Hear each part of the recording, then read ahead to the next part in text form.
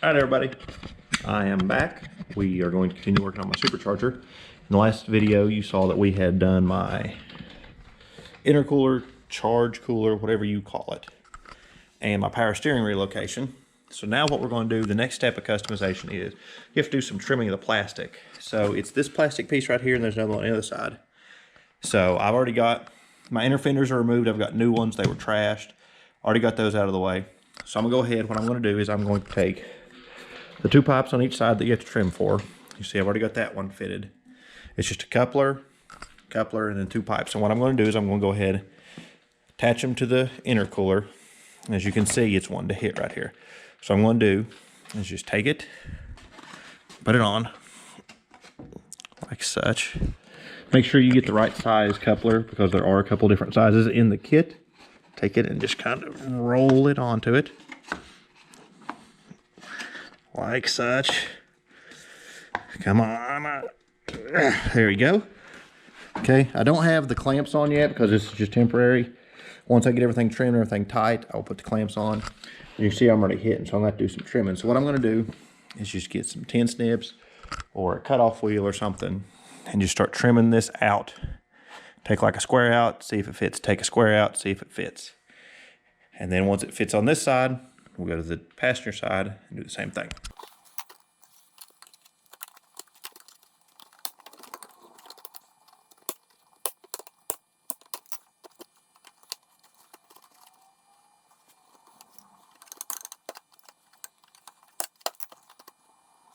All right, as you can see, I've trimmed it a little bit, but the problem I'm running into is I don't know where the pipe comes down. In the instructions, it tells you to just drill a hole in it and run it through, but I would rather just trim it out than drill a hole and put the pipe through it. This way, it's easier to get the pipe in and out. You don't have to feed it through, all that stuff. So what I'm going to do now, trim this just a little bit more, raise this up, do the other side, and then once we get the intercooler mounted, or I'm sorry, once we get the supercharger mounted, I can run the pipe down and see exactly how much I need to do here. All right, everybody. In this video, we're actually going to start the install of the supercharger itself. The first thing we're going to do is install the intake pipe, which includes the mass airflow, even though I've converted to a map because I have a Link G4 Plus. I'm still going to use it temporarily for my IAT. And then eventually I'm going to weld a GM style IAT into here and convert over since I have a Link. But the first thing you need to do is get the factory intake off. As you can see, I have HKS suction kit, so it will be different. But the first thing I'm going to do is remove that.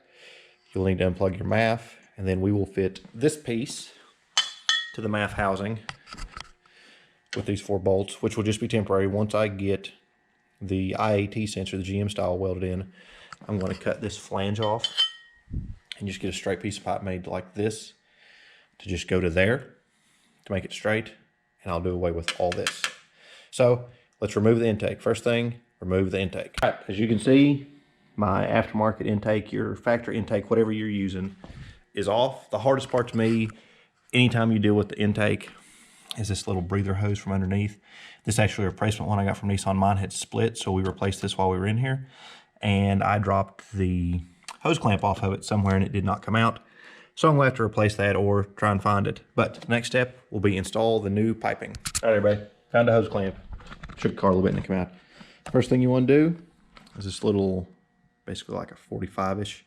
You'll have 2 couplers with 4 clamps. And what I've done is, as you can see, I've got them all positioned the same way. That way when you put it in the car, they'll all be up. Those are 8mm. I'm using an 8mm nut driver, or you can use a socket. What I'm going to do is I've got them not tight, but snug. Go ahead and get this fitted. Then we'll put the mass airflow on there, put it onto this, put the pipe down, and then that'll allow us to continue trimming down here. As you saw in our other video, we were trimming and didn't really know how far to stop. Okay, these are the toughest, like stiffest and tightest couplers I've ever used. These HKS couplers are like very pliable, very easy to use. These are actually really stiff and really tough, which makes them harder to get on, but that's better because then they'll stand up to boost better and they'll probably last longer. That was a pain to get on there. I had to take a screwdriver and get the top on and then just put this underneath it and just keep working it on around. It wouldn't go on with this. I had to separate it. Now I'm gonna put the hose clamp on Try and get it started a little bit, then fight to get this guy in there.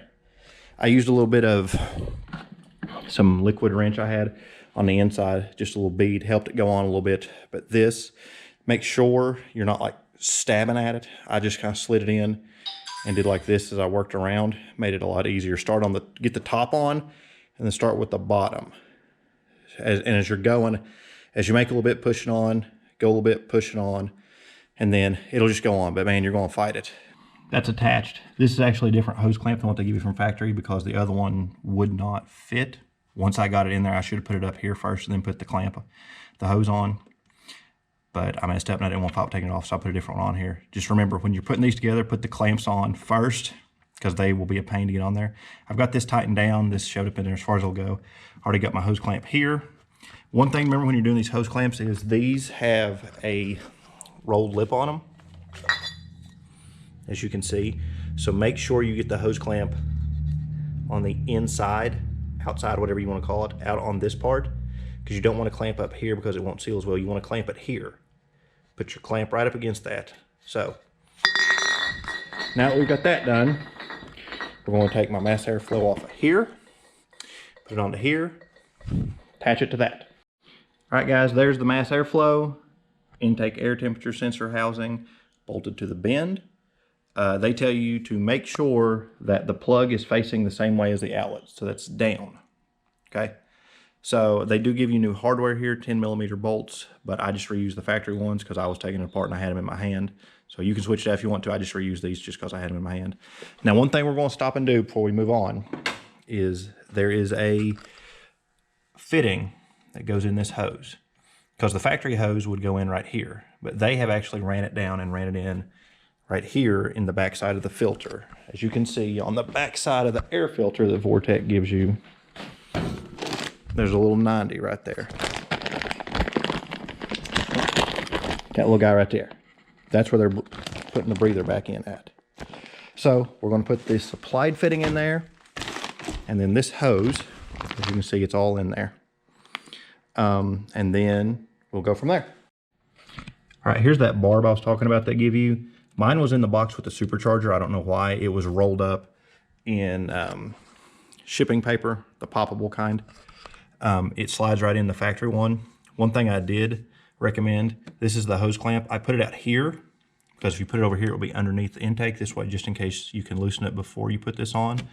If you notice, it's got these little steps on it, and then it goes up to like a hard stopper. I shoved it all the way until there. I looked everywhere in the box and stuff over there, you'll see. I couldn't find the hose clamp that fit this. All I could find was these big ones. Maybe I'm overlooking it, maybe it's in there somewhere and I'm just not finding it. But I went to my Harbor Freight Tractor Supply, where we picked this up, automotive hose clamp assortment. This is something I highly recommend you pick up. You can pick these up for $4 or $5. I've caught them on sale for a couple of dollars on clearance. It's good to have. You know, you're going to bend one, you're going to deform one. I've had some, the teeth start skipping. And plus those little like pinchy kind of hose clamps I hate. So anytime I take one of those off, I replace it with one of these. So it's always good to have. So what I'm going to do is put one on there.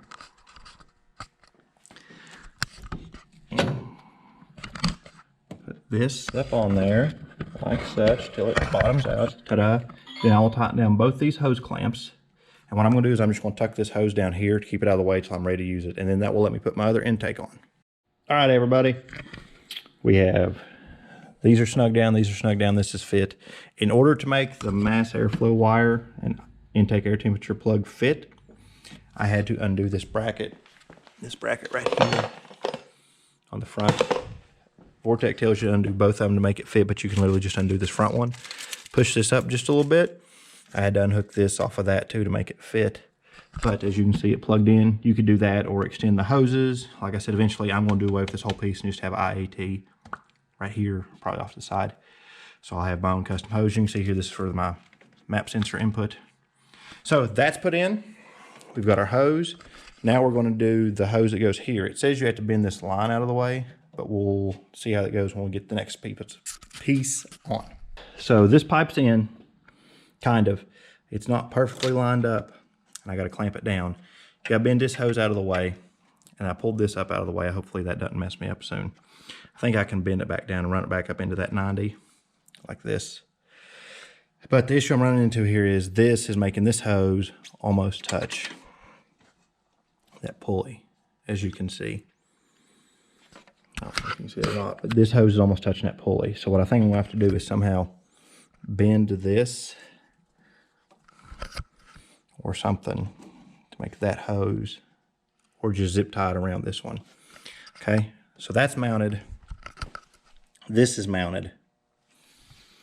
And they're not exactly perfect down there. As you can see, they're not. You've got about an inch play there, which I can make up by pushing this a little bit. Get it close. But I'm gonna take a little break, get something to drink, and come back out here and try and move this around, maybe move this, twist this pipe or something. See if I can't make it go that way a little bit. And then we'll go from there.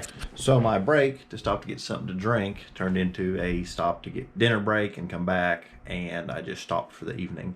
So I will pick this up the next day, and I also got some help. A friend of mine texted me and was like, hey, what are you doing? I was like, hey, what are you doing? I need some help. You want to help me do this? So he came by. So stay tuned for next week, which will be part 2, where we get to the goods, the actual supercharger itself.